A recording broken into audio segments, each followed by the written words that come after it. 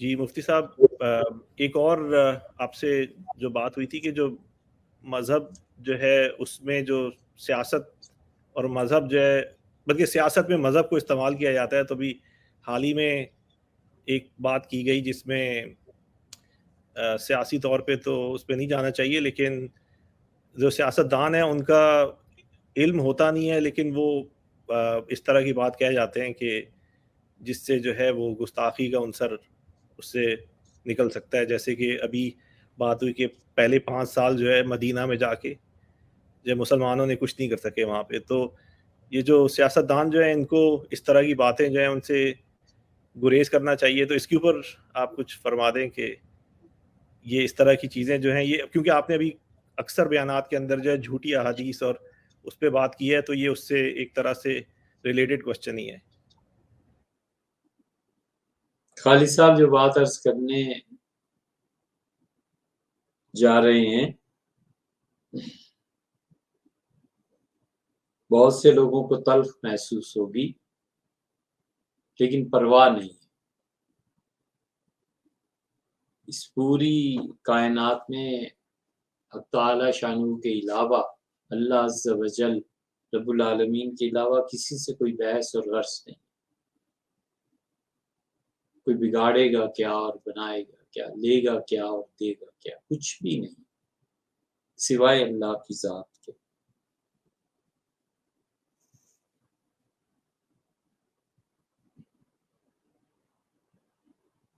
یہ جتنی اس قسم کی باتیں ہیں نا کہ ریاست مدینہ 5 سال، یہ اس طرح سوالات آ رہے ہیں جیسے ساون بھادو.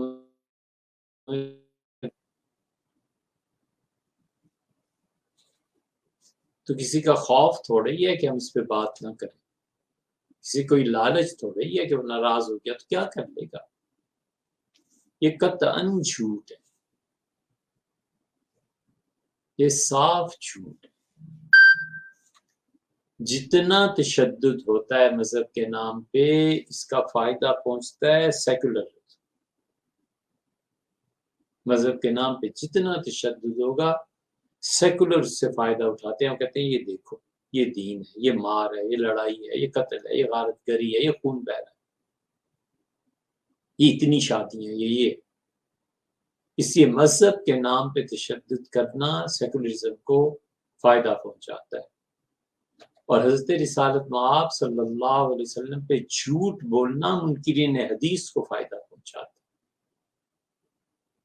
جھوٹی حدیثیں بیان کرتے ہیں، ہم جیسے لوگ اس کی کیا تعویل اور توجیہ کریں، بالکل جھوٹ بکتے ہیں.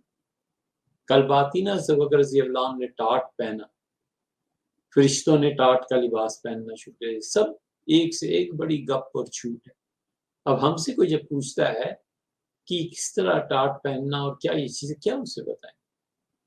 ہے ہی جھوٹ، ہم کیوں جھوٹ کی تعبیر کریں؟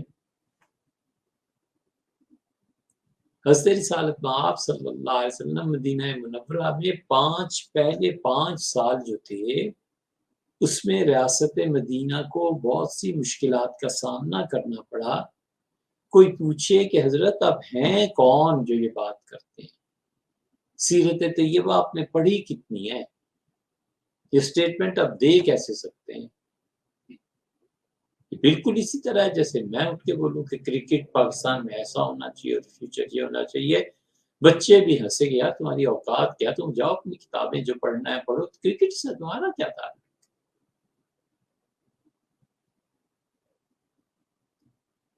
کل کو کوئی اور آدمی اٹھے اور وہ کہے کہ مجھ سے پوچھا کرو آپ کہ میڈیکل کیا ہے، پوچھے صاحب آپ کیا کرتے ہیں تو کہ میں چھابڑی لگاتا ہوں. کدھر کھو گئی ہے لوگوں کی عقل؟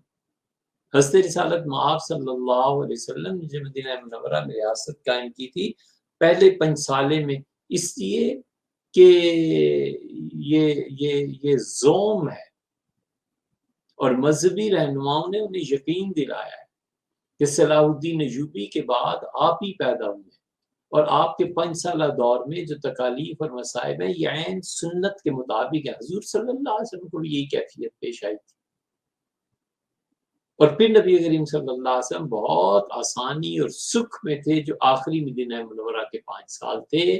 تو آپ کا جو دوسرا 5 سالہ آئے گا نا پاکستان کی قیادت کا، اس میں آپ بہت اچھے ہوں، وہ بھی خوش ہے، وہ بھی خوش، اس لیے کہ انہوں نے بہت سے لوگوں کی فائلز اس پہ پرائم منسٹر سے سائن کروانے، کوئی ایسی چیز نہیں ہے، قطعاً کوئی ایسی چیز نہیں ہے۔ حضرت رسالت پناہ صلی اللہ علیہ وسلم کی حیات طیبہ مکہ مکرمہ میں ہو یا مدینہ منورہ میں، آپ سیرت کو خود پڑھ لیں، ہر 6 مہینے سال بعد، ہر 6 مہینے سال بعد بڑی سے بڑی چیلنج کا سامنا کرنا پڑا ہے، حتیٰ کہ رفاقت اعلیٰ نصیب بدر ہوئی، مدینہ منورہ تو چلو لے لیتے ہیں، بدر سے پہلے جو کچھ تکالیف تھی وہ کہاں گئی؟ صحابہ رضی اللہ عنہ سارے ہجرت کر کے گئے تھے، ان کی مواخات اور وہ چیزیں کہاں گئیں؟ لوگ نئے نئے مسلمان ہو کے آ رہے تھے، اور ان کے لیے رسول اللہ صلی اللہ علیہ وسلم کا 24 گھنٹے تعلیم میں کھپے رہنا، اپنے آپ کو بالکل کھپا دینا، ایک طرح کا پیغام بھیجتے تھے کہ عشاء کے بعد آج مجھے تم سے بات کرنی ہے، بیٹھے رہے۔ صحابہ رضی اللہ عنہ عشاء کے بعد بیٹھے رہتے تھے، روزانہ فجر کے بعد لوگوں کو تعلیم دینا، ان کے محلوں میں جا کر کھڑے ہو کے انہیں بتانا کہ یہ اس طرح کرنا ہے، یہ اس طرح کرتے ہیں، یہ اس طرح کرتے ہیں۔ پھر بدر، اچھا چلیے یہ 5 سال پہلے انہوں نے بھی مان لیا، 6 سال کیا ہوا؟ حضور اقدس صلی اللہ علیہ وسلم حدیبیہ نہیں گئے، انہوں نے منع نہیں کر دیا کہ آپ مکہ نہیں آ سکتے، لڑائی کے لیے سارے تل نہیں گئے تھے۔ دو طرفہ باتیں، ایک طرف رسول اللہ صلی اللہ علیہ وسلم فرما چکے ہیں کہ میں نے خواب دیکھا ہے، ہم نے عمرہ کیا، یہاں صحابہ رضی اللہ عنہ سیدنا عمر رضی اللہ عنہ کرتے ہیں کہ اللہ کے رسول آپ نے تو فرمایا تھا، تو آپ نے کہا عمر یہ بھی کہا تھا کہ اسی سال یہ ہوگا، کہ نہیں، فرمایا تو بس یہ ہوگا صحیح، اس سال نہیں تو اگلے سال سے۔ تھوڑے کرب اور بے چینی سے گزرے ہیں حضور صلی اللہ علیہ وسلم 6 7 8 9 10 سارے سالوں میں، کہ وہ طوفان اٹھا ہے کہ بچے بچے کی زبان پہ ام المومنین عائشہ رضی اللہ عنہا پر منافقوں نے تہمت لگائی تھی، رسول اللہ صلی اللہ علیہ وسلم کے دن کا چین اور رات کی نیند اس میں خلل آ گیا تھا۔ حضرت بکر رضی اللہ عنہ جیسا آپ کا ساتھی، جس پہ آپ کو مکمل اعتماد اور یقین تھا، اس شخص کی صدیقیت کا اس سے بڑا مظاہرہ کبھی بھی نہیں ہوا، یا وہ ہے یا پھر ختم نبوت کی جنگ ہے۔ یعنی آپ اندازہ کریں اتنی حالت نازک ہو گئی ہے کہ جیسے عائشہ رضی اللہ عنہ اپنے ماں باپ کے گھر چلی گئی ہیں، یہ جن کی بیٹیاں ہیں نا، ان سے پوچھیں دل پہ ہاتھ رکھ کے کہ تہمت لگے بیٹی پہ، اور بھی عائشہ رضی اللہ عنہ جیسے، تو کیا حال ہوتا ہے؟ وہ محسوس کر لیا انہوں نے کہ کچھ بات ہے، چلی گئی، اور جب وہاں پہنچ کے پتہ چلا کہ اچھا میرے متعلق یہ تہمت ہے، تو رسول اللہ صلی اللہ علیہ وسلم تشریف لائے۔ سیدنا ابوبکر رضی اللہ عنہ کو بیٹی کہتی ہے کہ آپ جواب کیوں نہیں دیتے میری طرف سے، آپ بولیں، آپ بتائیں ابا میں کس کردار کی ہوں؟ تو سیدنا ابوبکر رضی اللہ عنہ کے اصرار پہ ان کا بیٹی وہ اللہ کے رسول ہے، چپ ہو گئے ابوبکر سے، چند ایک فکرے اس سارے قصے میں ابوبکر سے بولے ہی نہیں، کہا تو میری بیٹی ہو لیکن اللہ کے رسول اللہ صلی اللہ علیہ وسلم تھوڑی یہ حالت گزری۔ پھر اس سے اگلے سال عمرہ ہو گیا، سب چیزیں ہو گئی، پھر بنو قریظہ کے ساتھ، اس سے پہلے یہودیوں کے ساتھ یہ کرب نہیں گزرا، بادشاہوں کو خط لکھ رہے ہیں اور عرب آپ کی کردار کشی کے پیچھے پڑے ہوئے ہیں، اور آپ حسان ابن ثابت رضی اللہ عنہ کو کہتے ہیں کہ میری طرف سے حسان جواب دو۔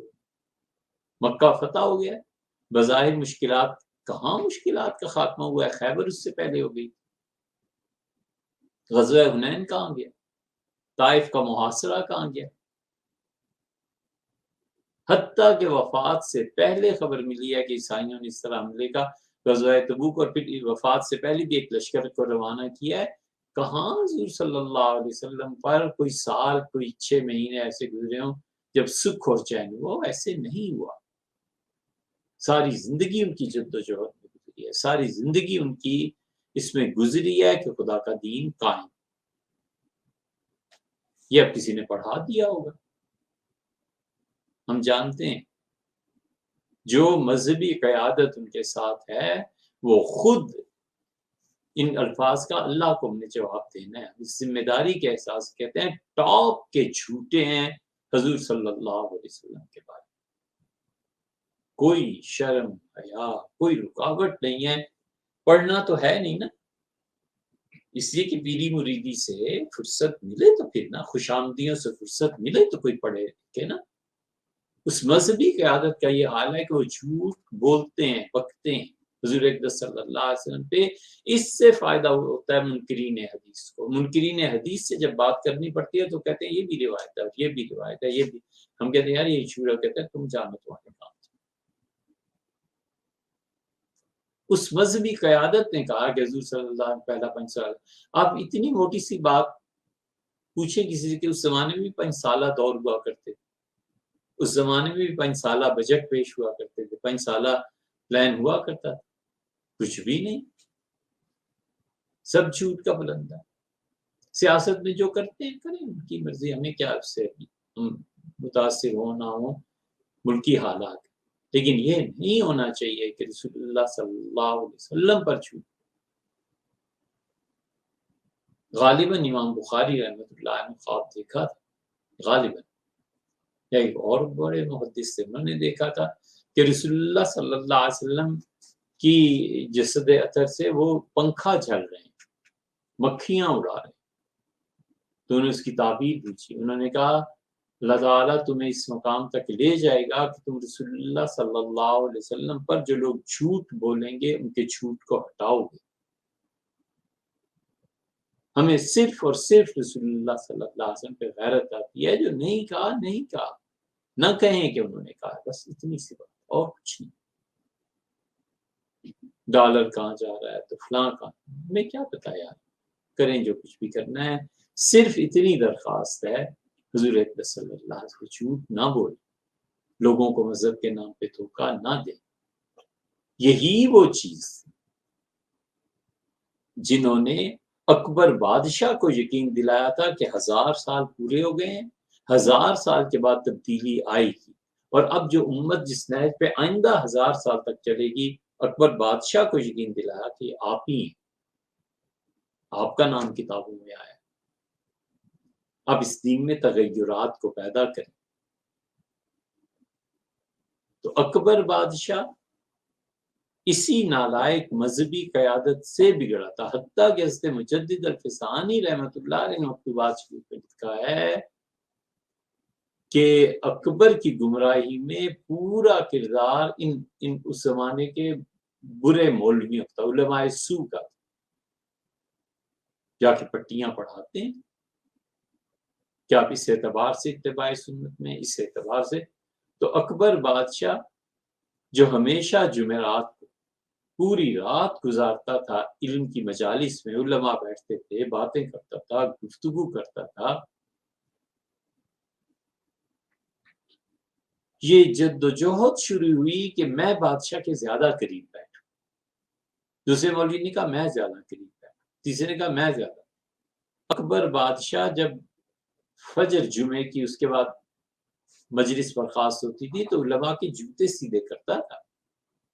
یہ عبد القادر بدایونی نے تاریخ میں لکھا. عبد القادر بدایونی کا نسخہ تاریخ کا ہمیں ایران سے ملا, بہت اچھا چھاپا ہے, پڑھنا ہو تو اس نسخے کو پڑھیں. ہمارے حضرت شیخ ابوالحسن علی ندوی رحمۃ اللہ علیہ نے تاریخ دعوت و عزیمت کی 4تھی جلد میں یہ سب حالات بیان کیا, آپ پڑھیں.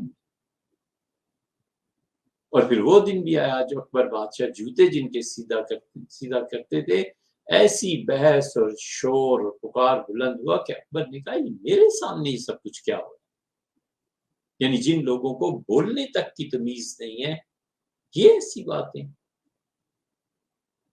تو اس لیے آج کل جو بھی ان کے گرد مذہبی حلقہ ہے نا، ان کی کوئی سی ابھی ربیع الاول گزرا تھا نا، ابھی ربیع الاول پہ انہوں نے جو تقریر کی ہے کہ حضور اقدس صلی اللہ علیہ وسلم ایسے اٹھے، ایسے پیدائش کے بعد ایسے ہاتھ بلند کیا، اور یوں رسول اللہ صلی اللہ علیہ وسلم کا دایاں ہاتھ پڑا، حیران ہوتا ہے انسان کہ یا اللہ یہ کیا کر رہے ہیں۔ یہ سب چیزیں اسلام کی بدنامی کا باعث ہے۔ ہماری اگلی نسلیں پوچھیں گی اور پوچھتی ہیں، وہ کہتی ہیں چند دن کا بچہ ہے، یہ کیسے ہو گیا تھا، دینا جواب اس کا۔ ہم کہتے بیٹے ہوئے ہی نہیں تھا۔ وہ کہتے ہیں آپ کی ماں نے اس کی ماں نے۔ یہی چیز ان کے ساتھ جا کے جو کچھ کسی نے کان میں کہہ دیا اور یقین دلا دیا کہ آپ جو کچھ کر رہے ہیں حضور اقدس صلی اللہ علیہ وسلم کے ساتھ بھی یہی پیش آیا تھا، آپ عین اتباع سنت پہ چل رہے ہیں، تو یہ سب ضلوا خود بھی گمراہ ہیں اور اسے بھی گمراہ